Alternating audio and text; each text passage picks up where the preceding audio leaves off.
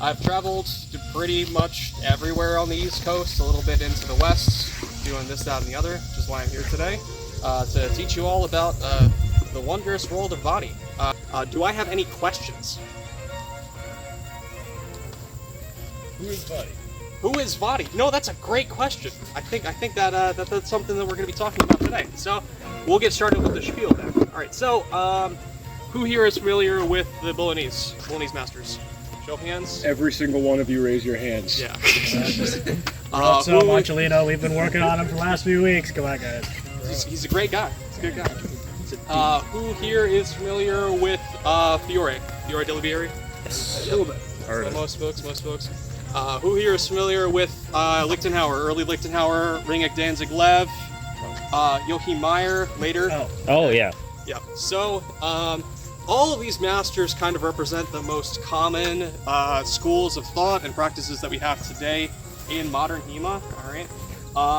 But there is one source, specifically in the Italian tradition, that is kind of used as like a secondary or tertiary thing to pad out kind of what we're missing in terms of Fiore, which is like the most second common source, third common source, depending on whatever flavor, whatever region that you're in. All right. But it's kind of overlooked in a lot of ways. Okay, and that is Filippo Vadi's work, De Arte Gladiatoria Democandi. Italian. The art of sword fighting in earnest is what it translates to. Okay. Vadi was a late 15th century master. He wrote his book in 1482 to 1487 around about, okay, specifically to try to land himself a gig at this place called Urbino in the northeast of Italy, or like the mid-east of Italy, not too far away from Bologna. The thought process is, at least as far as we know, because there were like 4 Filippo Vadis in the exact same area doing a lot of very similar things, except for one guy who was a jurist, who was working at the court of Urbino, who might have been like him trying to be like, hey uncle, can you get me a job here, please? He wrote this book kind of as like a resume to try to land himself a job as the teacher for the Duke of Urbino, who is this guy, Guidobaldo di Montefeltro. His father had died very recently prior to the writing of the book, and he was basically in shop for somebody to teach him his father's art, which was being a mercenary, which is being a condottiere. Right? What we know about Vadi is that he previously was with the family D'Este, the House of D'Este in Ferrara, which, if any of us know our history about Fiore, Fiore wrote 2 of his 4 books for the D'Este family, specifically for Niccolo III D'Este. And it's likely that, at least, in fan theories, that Vadi might have been working for Borzo or Leonello D'Este, teaching Ercole D'Este, who is one of the other members of the D'Este family, how to fence, at which point something unknown but egregious enough to get him kicked out happened. We found a bunch of poems. We found a bunch of poems of him writing to, I believe it was Borzo D'Este, about like how he wanted to be returned to his ancestral position. There was a lot of rhyming with the word crying involved. It's like a very early Linkin Park song almost. But all of that said, what does that have to do with us fencing? Okay, so Vadi's art, the way that it's written, is probably one of the most concise in terms of decision making, right, tactics, and in terms of technical focus. Okay, it's very clear cut when you understand kind of how to strip back the poetry of it. Okay, and look at what is actually there. Okay, and what I'm going to be doing today is a lot of that. Okay.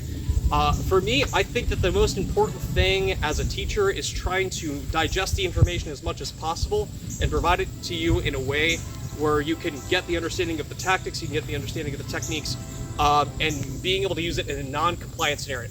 Okay, so fencing as you would fence when you're doing free sparring at the end of class, or if you decided that tournaments seem like they might be a fun thing, why don't I go do that? Which is what we're going to be doing a lot of today. Okay, so if there are any things that you take away from today, okay, there's only 2 things that I care about. Okay. First one is tactics, right? The tactics of the system, and the second one is the understanding of mezzo-tempo, which we will get into a bit later. All right. But to begin, all right, what we're going to do is we're all going to grab swords, all right, and then we're going to get started with our first little warm-up practice thing for today. Attacks, yes. So, 2 set rules, okay? One person is an attacker, one person is a defender. So, we're going to be learning some funky new guards here, okay? So, as the attacker, okay, we're going to be attacking. As a defender, you're just going to be defending. Nothing else, okay? So we're going to start off from about a distance where I can land a hit, okay, with making a passive step. So, about like so, all right? Now you're going to start off in any kind of low guard down here. You can do here. I'll be left for you. Sure, don't matter. Don't matter. Personally, I like to do asymmetrical whenever possible. So down here if you're a defender, okay, horizontal, right, like so, or like this, okay, if you're a defender. Now, if you're an attacker, okay, you have 2 guards, okay. This is called posta di donna, all right. Your pommel resting on the middle bit of your thigh, okay. Point up in the air. Okay? You've got posta di donna, all right, and then you have posta falcone. Okay. So my cross guard is by my ear, okay, and my dominant leg is forward, like so, okay. Not like this, all right, where my non-dominant leg is forward, dominant leg forward, like so, okay. And so my job as the attacker is to try to hit Patrick in the head. Patrick. I don't know who that is. Is trying to hit Peter in the head, okay? Peter's job is to just try to defend himself.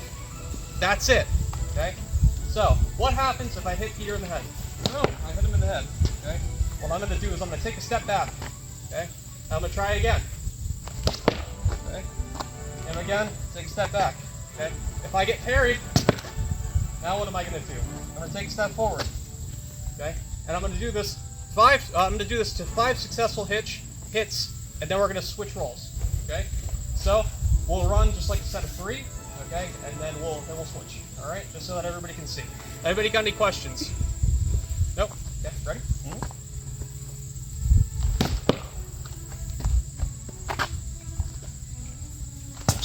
Okay, got buried. Step forward.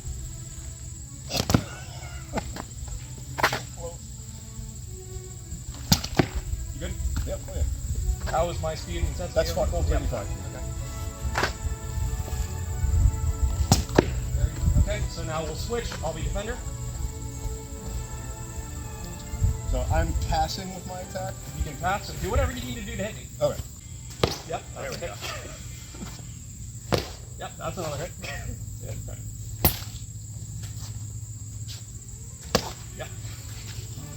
Okay, one more. Yep, okay.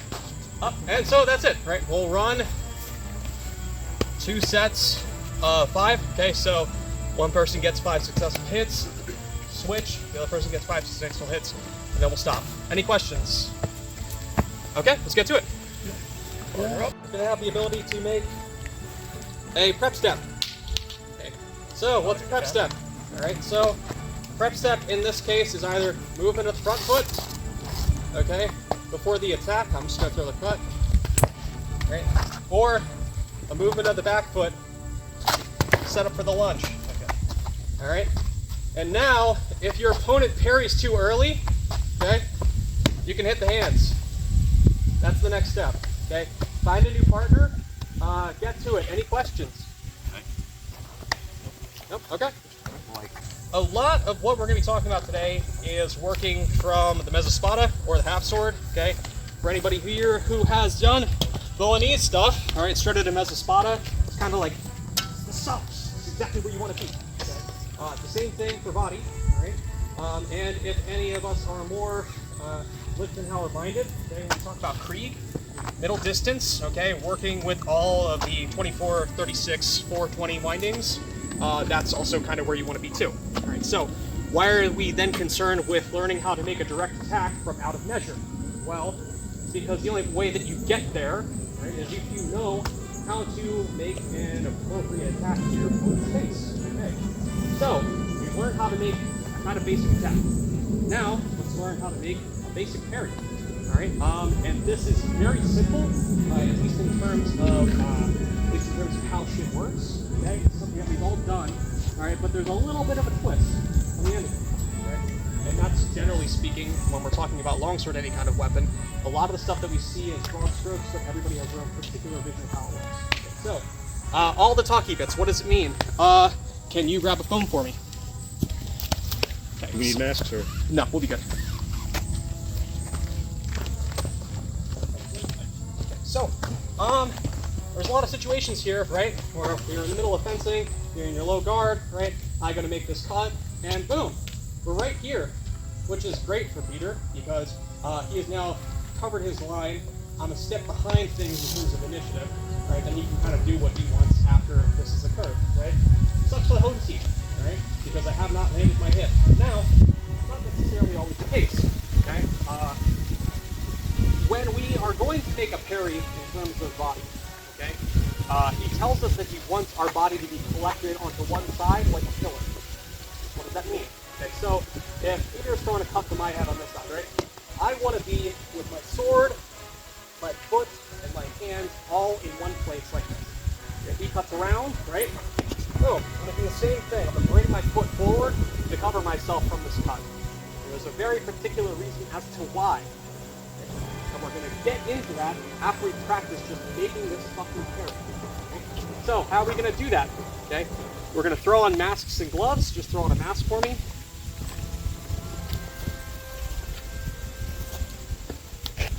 Now, the terrain is a bit uneven here, so we're going to take this at our own pace. Okay, don't go too fast, don't go too slow. This is more cooperative than what we were just doing. Right? And what we're going to do, keep on forgetting to take these off. What we're going to do, okay, is we're going to take turns just throwing cuts at each other's head. Okay? So Peter's just going to throw cuts at my head. Okay? Boom, I'm going to parry. Now you're going to continue forward, right? So you're just going to immediately renew into the next cut. Okay? And I'm just going to practice trying to get my feet over onto the right side. Now I'm going to fuck up. That's going to happen. All right? But just getting used to bringing all your shit onto one side is good enough. Okay? Because what we're going to do after this is going to set us up just for that. Any questions? Yeah. Yeah. When you say get your feet all on one side, could you go into a little bit of depth about like the line that goes from the sword to one foot to the other? Sure. Okay. So, lines. Let's think about this in terms of lines. Okay. So, if my body is situated with everything kind of on the left here, right? I have my sword out like this. Right? Usually, generally speaking, if I switch my feet, I have my point to my shoulder to this side of my body. All right, and that's a nice firm structure. Okay, when I'm extended, as I switch that side, okay, this angle starts to become a lot more weak. So if you just press, yeah, see how I hit right through. Now, when I bring it back further, when I shorten my position, okay, he throws that same cut. It's a lot stronger. And this is what I'm looking for, is this. Because the next thing I'm going to do, all right, is I'm going to hit Peter behind his blade to his head. Like so, okay? And that's like the most foundational thing in body, but we're skipping ahead a little bit. Okay? Because a lot of this, especially when you're doing it very rote, and you're doing it back to back, it's very easy to just like go with the rhythm that your opponent is cutting at, right? You just want to make sure that you're in the right space. You're not getting clipped in the face, all right? And it's very easy to fall back into kind of more traditional parrying, all right?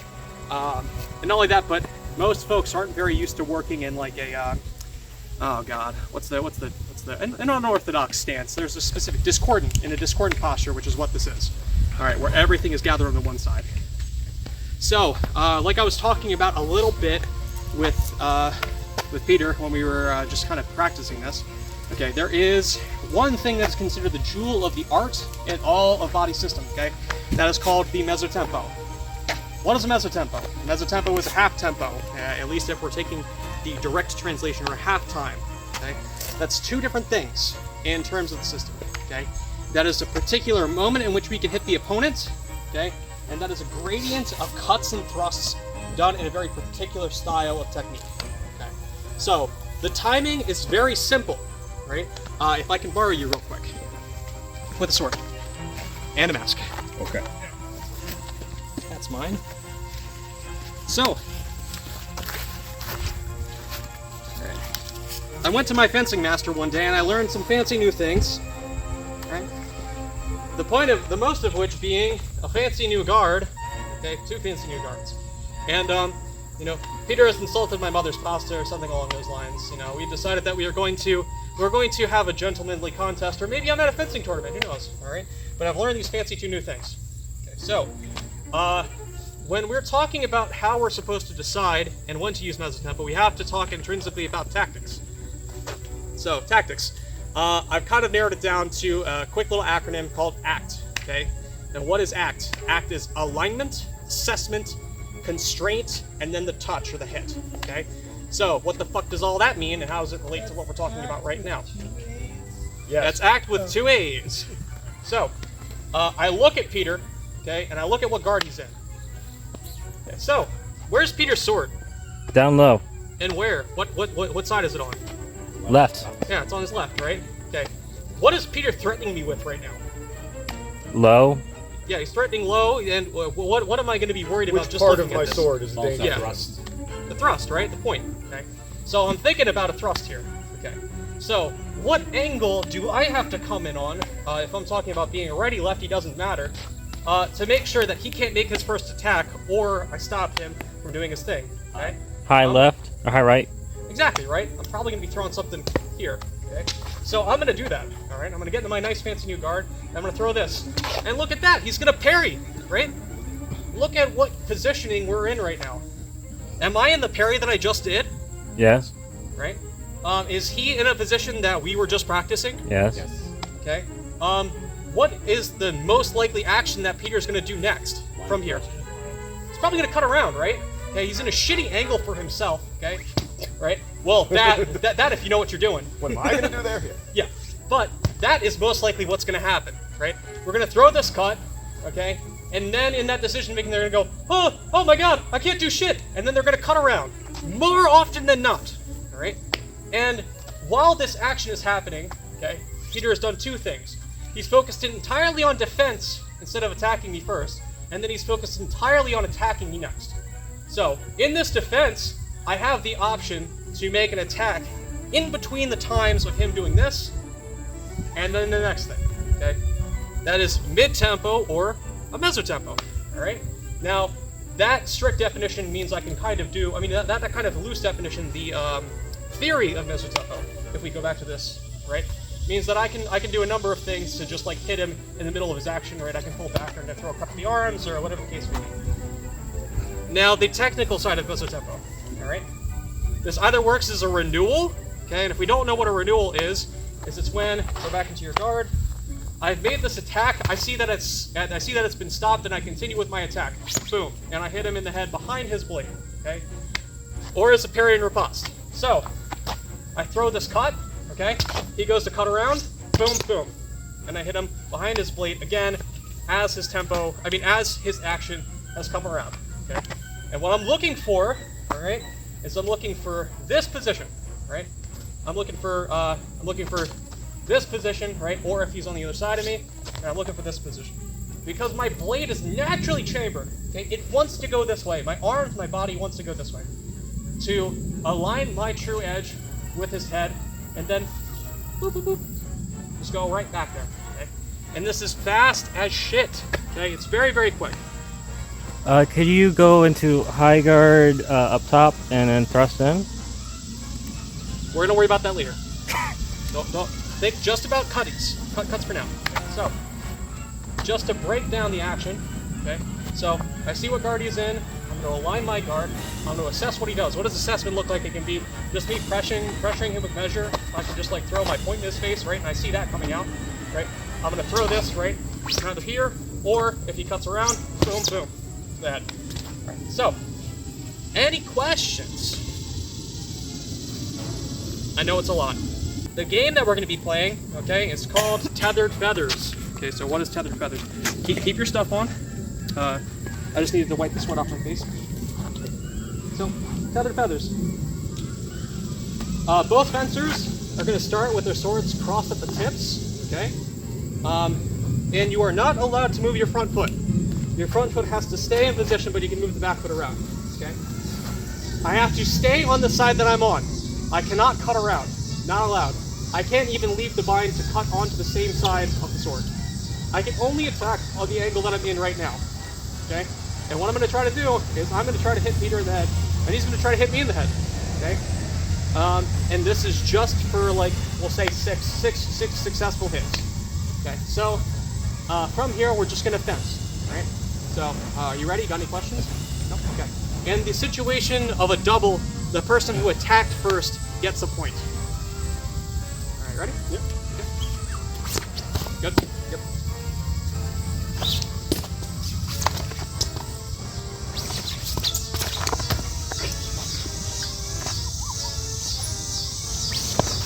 Oh, we switched sides. They slipped.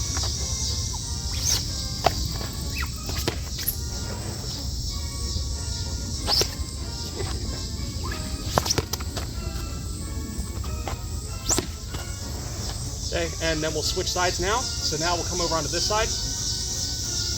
Well, Oh, sorry. should I have a particular foot forward at the beginning of this, or does it not matter? Dominant foot. Okay. And then when we switch sides, we'll switch feet. Okay. Well, So now. I had matched you the first time, so we'll just this time you'll be non-dominant and I'll be dominant. Yep. Should be fun. Okay, ready? Yep. And go.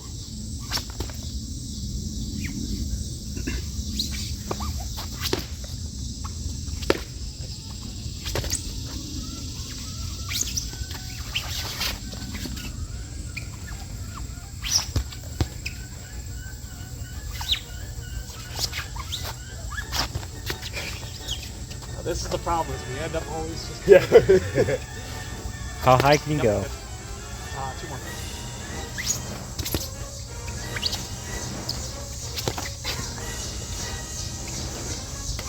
Yep, good. Okay. Whew, tiring. Any questions? I noticed you said to stay on the same side the whole time, but when you were sparring, you were switching which side your hand. So, What we're staying on the same side of is the bind. yep, I'm not changing my sword to the other side of the bind. That's all. Yep. Move my hand sideways, up, down, wherever I want, as long as my true edge stays on his true edge. exactly right. The next step in this, all right? So now we've gotten used to hitting behind the blade and all this jazz, right? Okay. When my opponent makes a huge parry, right? So if they really shove it this way, okay? Now we can cut around to the opposite side, okay? So if you throw a cut at my head, okay, and then I pull it all the way over here, you can then cut around. All right, now I can have the chance to parry and then work after that. Okay, but that's the only time now you can cut around is if your opponent makes a fucking huge bam parry. Any questions? Nope. Okay, get to it. Speech. Okay.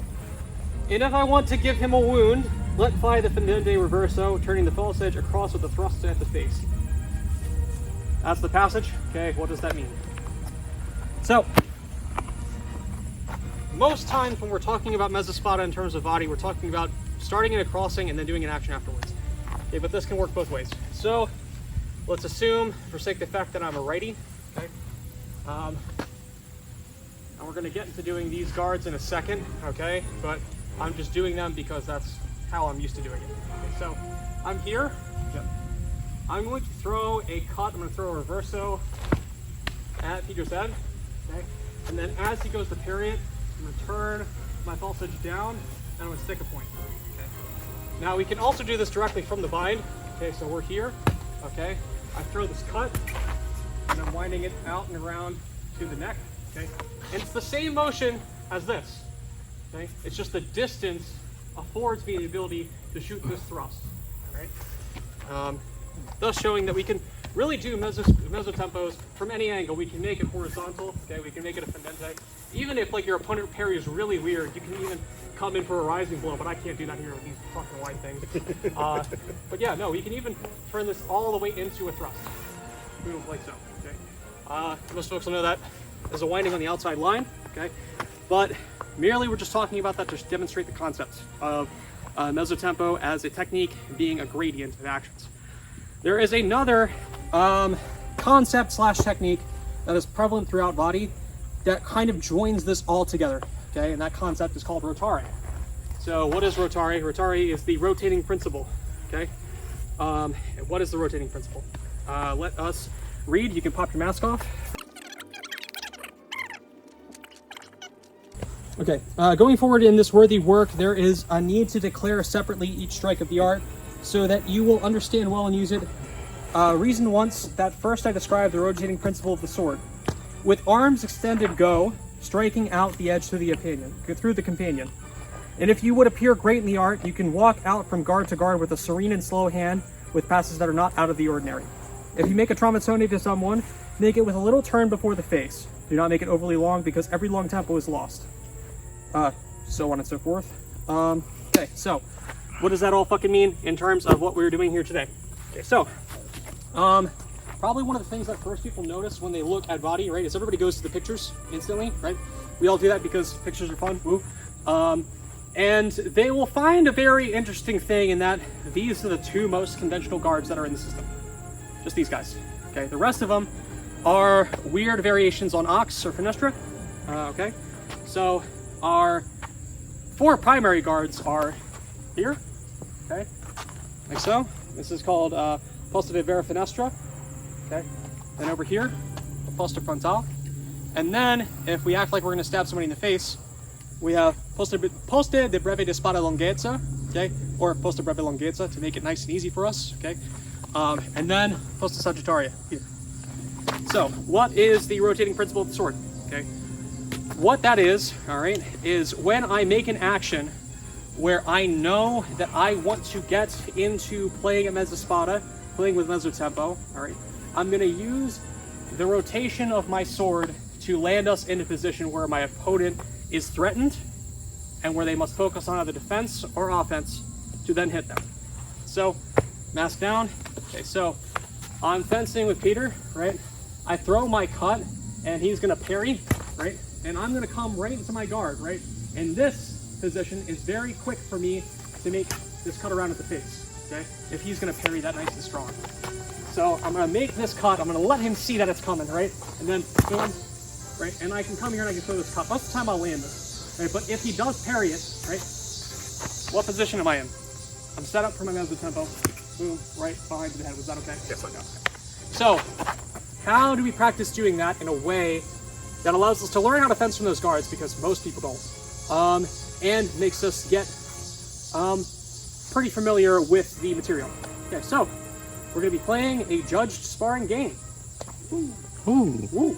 Okay, so what is the game? Okay, it's called 4 windows. Right, and the way it works, all right, is that there'll be 2 fencers. Okay, there'll be 2 judges. All right, there is only 4 guards that are allowed to be fenced from. Here, here, here, and then here, okay? You are only allowed to make cuts, okay? You cannot counterattack. So what does counterattack mean?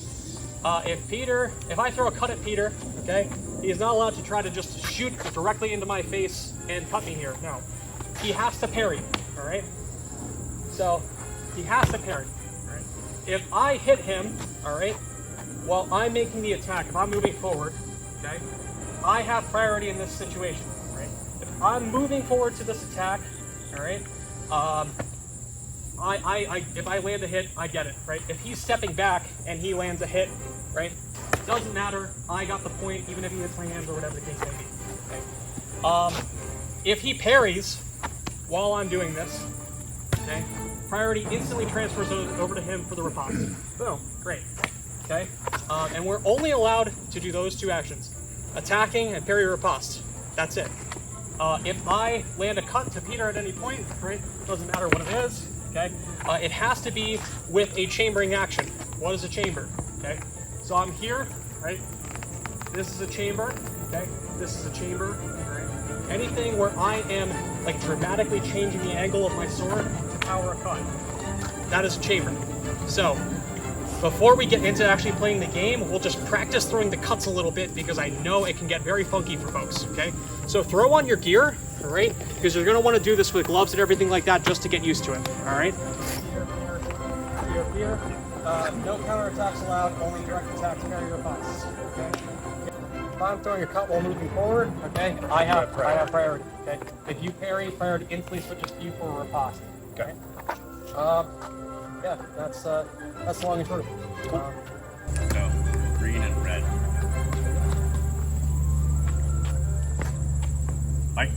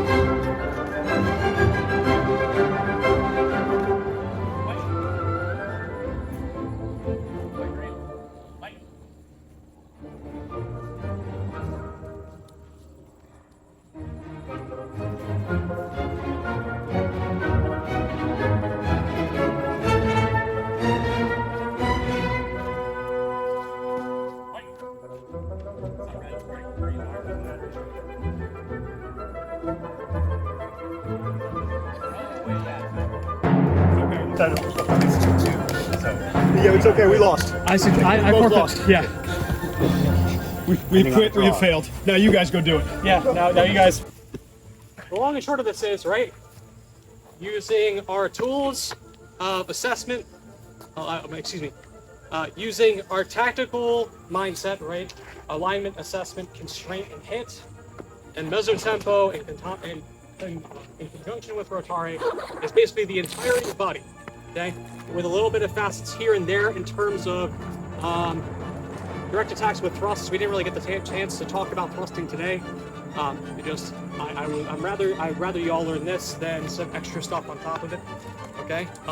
And now I'll just demonstrate basically what I consider to be like the ideal body exchange. Right. So both of us are coming into guard. Right. I'm gonna take my position. He mirrors me. Great. Okay. So what I'm gonna do is I see Peter's guard. Okay. I want to get them as a spada. I want to make sure that I have the best foot forward. I want to get to this bind, right? So I know that if I throw this cut at this side, he's probably going to parry this, right? He might cut around afterwards, but we'll get there when we get there, right? So I'm going to throw this cut, right? Great, we parry here. Now, if he lingers, I can throw this cut, right? But if he presses really hard, right, I can rotary around to get this. And then, look at that, I've ended up on the other side, right? And then I can throw the mesotempo behind. Right? These two things flow through each other perfectly. Okay, rotary into mesotempo, mesotempo into rotary. Because if I fail this action, right, I get pushed out of this. I can instantly come around to the opposite side, just with a quick little turn of the wrist into one of my core guards, to then work after that. Now, you can watch tournament footage of me doing this. A lot. I've been very successful just with those two fucking things. And surprisingly, we know little about Vadi, even though his system is so simplistic, so straightforward, kind of, but like, you know, that's 15th century poetry for you. And that's the long and short of it. And like I said, if there's one thing you take away from today, okay, act.